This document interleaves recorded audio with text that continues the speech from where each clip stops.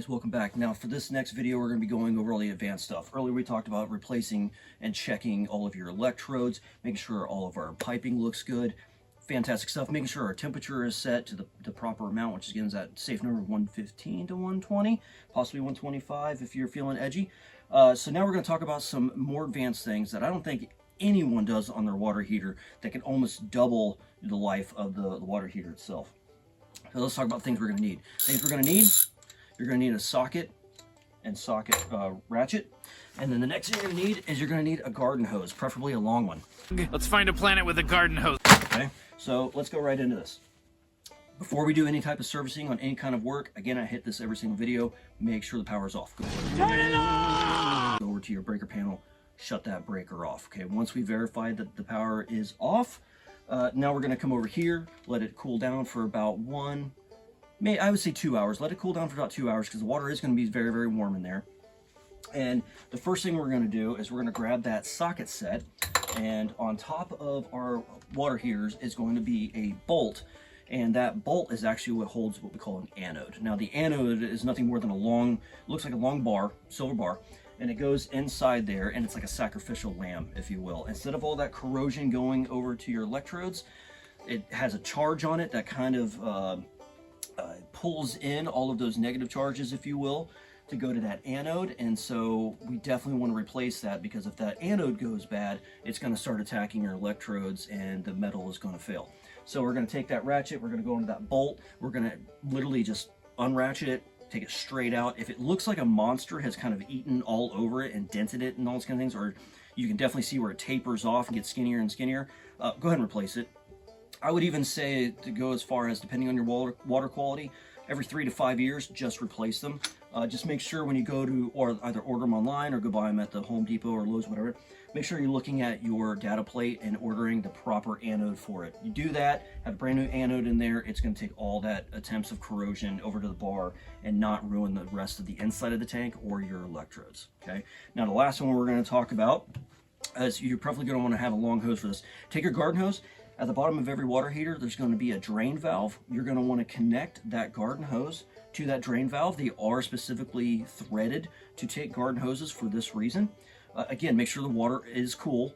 And also, you probably, just to be on the safe side, you're going to want to wear some kind of thermal protected gloves for this, because as the water starts flowing out, of course, it is very well possible it's going to be very, very hot.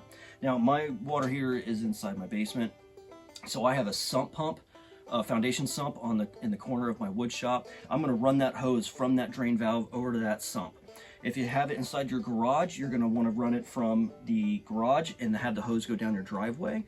If it's inside your house, you might have to grab a 5-gallon bucket for this and kind of open and close it to fill the bucket up and dump the water out. Biggest thing though, no matter what the different method we use, we want to make sure we see the water that's coming out of our water heater. Reason being, you're going to have some corrosion and some sludge and things like that that naturally occur inside of water heaters, which is why I highly recommend doing this. We want to get that stuff out. Well, you want to keep an eye on that water as it's coming out.